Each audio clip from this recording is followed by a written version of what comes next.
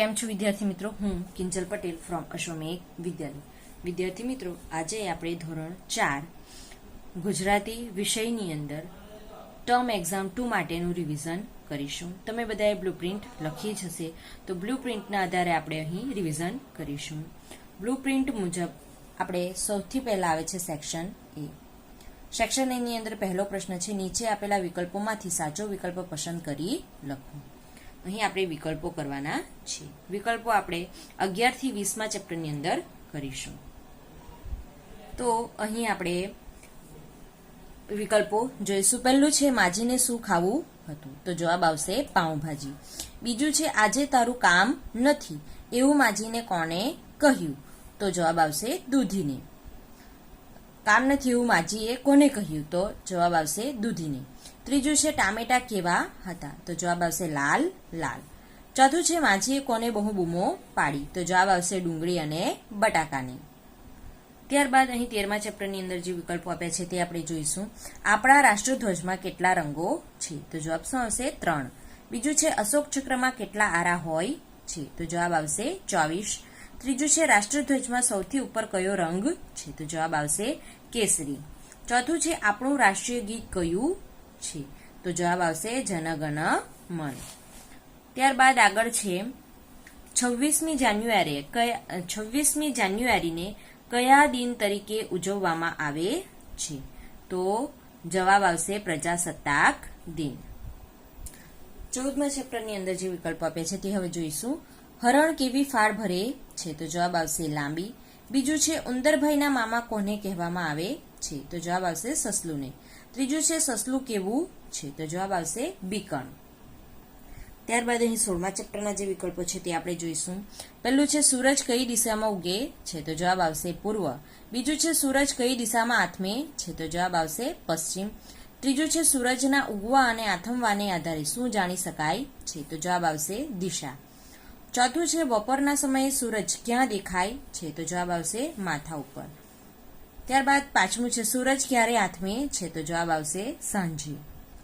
ત્યારબાદ અહીં 17મા ચેપ્ટરના જે વિકલ્પો છે તે આપણે જોઈશું. જૈના અને નિશાંત ક્યાં ગયા? તો જવાબ આવશે આંબાવાડિયામાં. બીજું છે, આંબાવાડિયામાં કયા વૃક્ષો હતા? તો જવાબ આવશે આંબાના. ત્રીજું છે, નિશાંત અને જૈના આંબાવાડિયામાં શું કરતા હતા? તો જવાબ આવશે રમતા હતા. ચોથું છે, નિશાંતને કેવી કેરી ગમતી હતી? તો જવાબ આવશે પાકી. ત્યારબાદ અહીં આપણે 19મા ચેપ્ટરના વિકલ્પો જોઈશું. પહેલું છે, કોને મજા છે? તો જવાબ આવશે ચંદ્ર. બીજું છે, નાના મોટા થવું એ કોની કલા છે? તો જવાબ આવશે ચંદ્ર. ત્રીજું છે, ચંદ્રને કોની સાથે રમવાનું ગમે છે? તો જવાબ આવશે બાળક. ચોથું છે, સૂરજદેવનો આવવાનો સમય કેવો છે? તો જવાબ છે નિશ્ચિત. ત્યારબાદ 5મું છે, છોકરાને જોઈ કોણ વાદળ પાછળ સંતાઈ ગયું? તો જવાબ આવશે સૂર્ય. હવે 20મા ચેપ્ટરના જે પ્રશ્નો છે તે આપણે વિકલ્પો જે છે તે જોઈશું. ગુજરાત રાજ્ય ભારતની કઈ દિશાએ આવેલું છે? તો જવાબ આવશે પશ્ચિમ. બીજું છે, ગુજરાતની સૌથી મોટી નદી કઈ છે? તો જવાબ આવશે નર્મદા.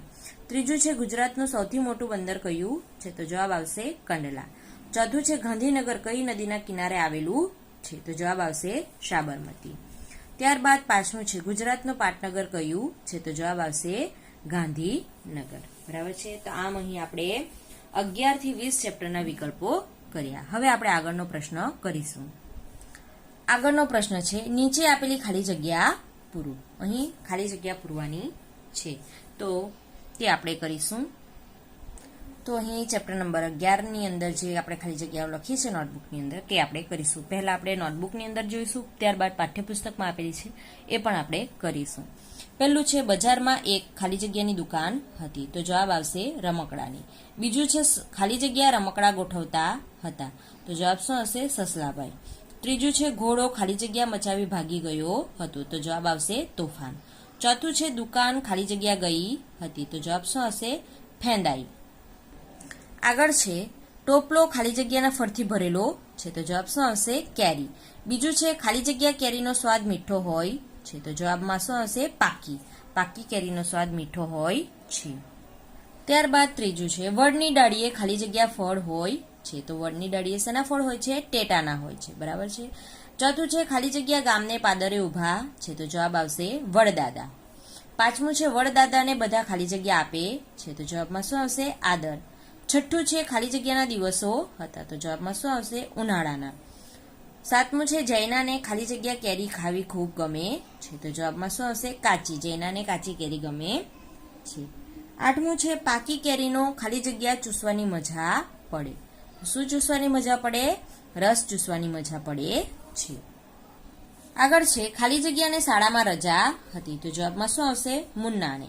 બીજું છે મુન્નો ખાલી જગ્યા જોવા બેઠો હતો, તો જવાબ શું આવશે? ટીવી. ત્યારબાદ આગળ છે મુન્નાને એની મમ્મી ખાલી જગ્યા લઈ જતી હતી, તો મુન્નાને એની મમ્મી ક્યાં લઈ જતી હતી? દવાખાને. ખાલી જગ્યામાં શું આવશે? દવાખાને. ચોથું છે સ્મિતા એની મમ્મી સાથે ખાલી જગ્યામાં જતી હતી, તો જવાબમાં શું આવશે? બજાર. પાંચમું છે સ્મિતાને ખાલી જગ્યા ખૂબ ગમ્યું, તો જવાબમાં શું આવશે? ગલુડિયું. સ્મિતાને ગલુડિયું ખૂબ ગમ્યું. છઠ્ઠું છે ગલુડિયાને ખાલી જગ્યામાં વાગ્યું હતું, તો જવાબમાં શું આવશે? પગ. સાતમું છે મમ્મી અને સ્મિતા ખાલી જગ્યાની પાસે ગયા, તો જવાબમાં શું આવશે? ગલુડિયું.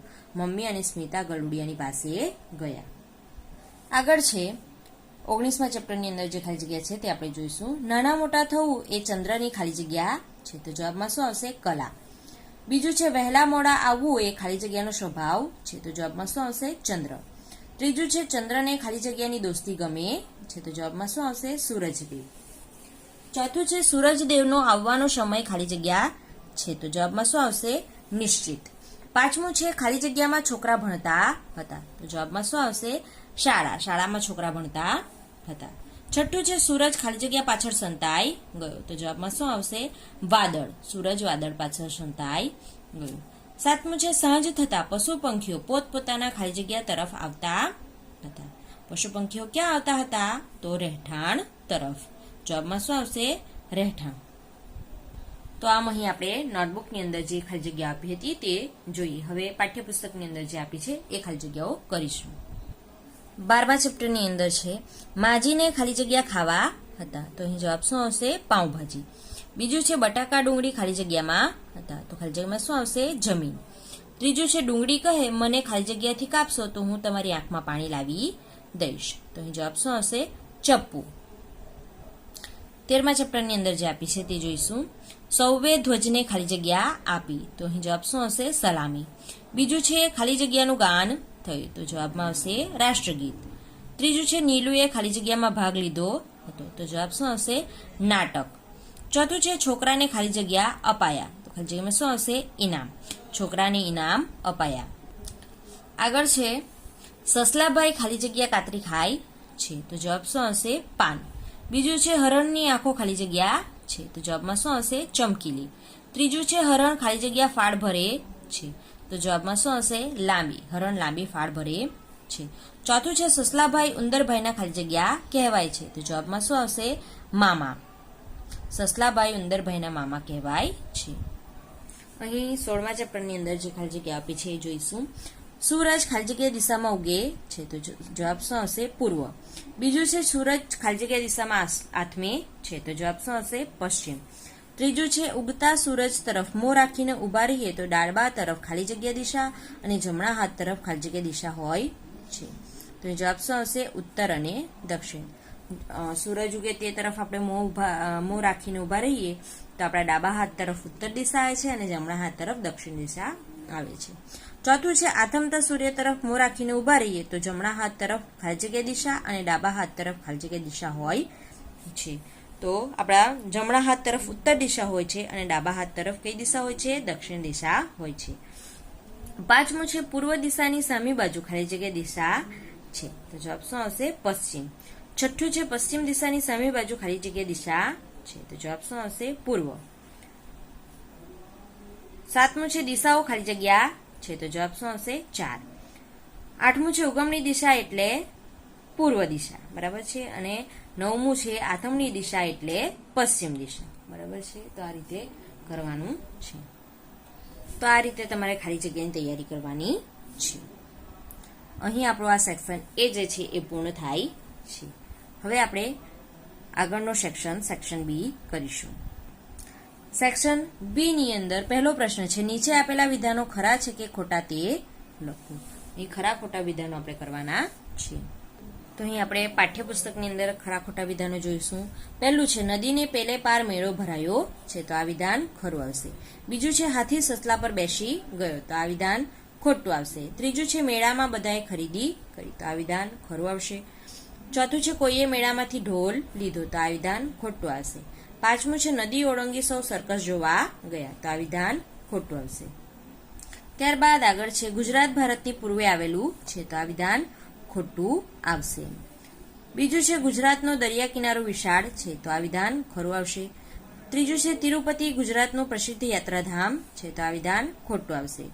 ચોથું છે ગુજરાતનું પાટનગર અમદાવાદ છે, તો આ વિધાન ખોટું આવશે. ગુજરાતનું પાટનગર કયું છે? ગાંધીનગર છે. પાંચમું છે જવાહરલાલ ગુજરાતના સપૂત હતા, તો આ વિધાન ખોટું આવશે. છઠ્ઠું છે ગુજરાત ઝડપથી વિકાસ પામતું રાજ્ય છે, તો આ વિધાન ખરું આવશે. ત્યારબાદ છે બજારમાં એક તોફાની વાંદરો આવ્યો, તો આ વિધાન ખોટું આવશે.